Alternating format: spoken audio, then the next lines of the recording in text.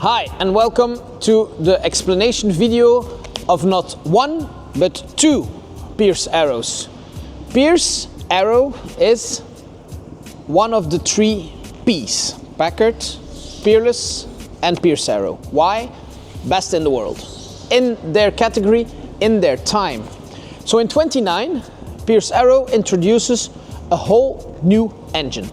8 cylinders, where before there were 6. And the 8-cylinder was more stable, more luxurious, more power, 125 horsepower, and it was a 6-liter. Here we have the 1930, and it's very strange or very rare to find such a car, because in 29, when Pierce came with these cars that were made for the elite, the Model B, which was mid-range but still very expensive, suffered from the crash of 29. So in 29 you had a major crash, for those who have to revise their financial history, and the rich people were of course affected, because who has stock, who has trades in stock, you have to have wealth, you have to have money, and that's the cars that they were looking for, especially to drive with drivers. In the previous videos I explained that in the 20s and in the 30s it was still unclear whether it was chic or not to drive your own car. It was considered to be sportive, but this is a car that is built to be driven. So you have an enormous amount of leg space, and so this is a piece of art. This car is finished in such a way that even almost 100 years later it remains good quality. So let's start with a 1930. So you have your metal spoke wheels, and this car has been restored and repainted. So if we look at the green one, it's original, and it has retro wheels. That means the wheels are in 1930, referring to an older period, the years 10. Okay, so 1930, very typical for the Pierce arrow is these lights that seem to come out of the wings. It's a typical style element that will remain with them till the end.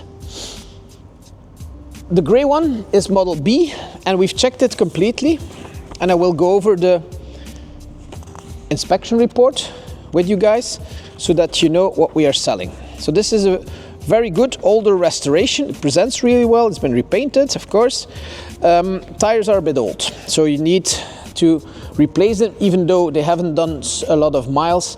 They are old of age, so if you drive this car around the church, like we say in Belgium, you can still use it, but if you want to drive long term and be reliable, better off changing them. Interior is perfect.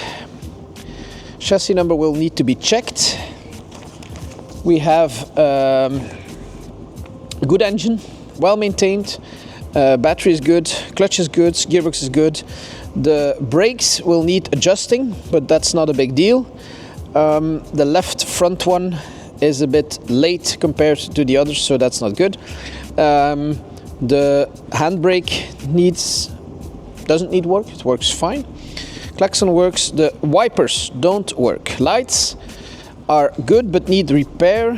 The position light on the right doesn't work, and there is some play left front. Okay, left front on the suspension. So altogether a really nice car, good price as well. Price to sell 50,000 is a very good price for such an elegant car in such a well sorted condition. So you have all the elements, the leather, the spare wheel, and a very big difference with our friend here, 1932. This one has a very interesting option, because here the Model B refers to the category of the car that they made at the time. So A, B, C was available and B was mid-range. This one is the same car basically, with the same engine, but they started calling it differently. So this is Model 54. And it had this very rare option of the wooden wheels.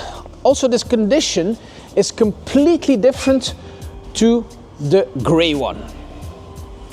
Forgot something? The gray one is still on USA papers. It comes originally, last registration in the US was from Alaska. And that's very rare because you don't see a lot of cars, especially classic cars in Alaska. But still, it's with Alaska papers and it has been through customs. So nothing to pay. You can pass it through the MOT and you can register it. Okay, then we have the green one. The green one is something special because it belongs to a dear friend of mine who is a car enthusiast. He loves his car, and when I say love, they are part of his life, and you can see that because this paint is incredibly old, and it would lead you to think that the car needs work. But that's not the case. The car doesn't need work because it has been incredibly well maintained. It has Belgian registration, Belgian MOT, and it's ready to drive. Let me be more detailed. So you have an 8-cylinder 6-liter, like the other one. Very good engine, by the way. Presentation here is really good, but it's original, patina, preservation class, call it whatever you want, but this car is not shiny from paint. Chrome work is good, but it is old. What else do we have?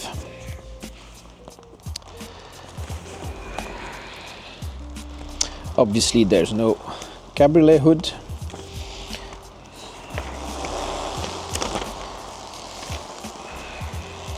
Underneath, as I said, clean car, good car. It is very good. Tires are good. Interior is good. Carpets are good. Chassis number is good. And most important, brakes are good. Lights are perfect. That's because this car was in use. So it was used for oldtimer rallies and to go around town on a Sunday. Altogether, very good condition. Very nice with cloth interior. This car drives really well. You could, of course, and this is to avoid criticism, you could of course say that, listen, there's no more paint here. Paint is maybe 50 years old or older, and here it's cracked, so you could say that the paint needs to be redone. And you would be right. But this can also be preserved as is. This is thick metal.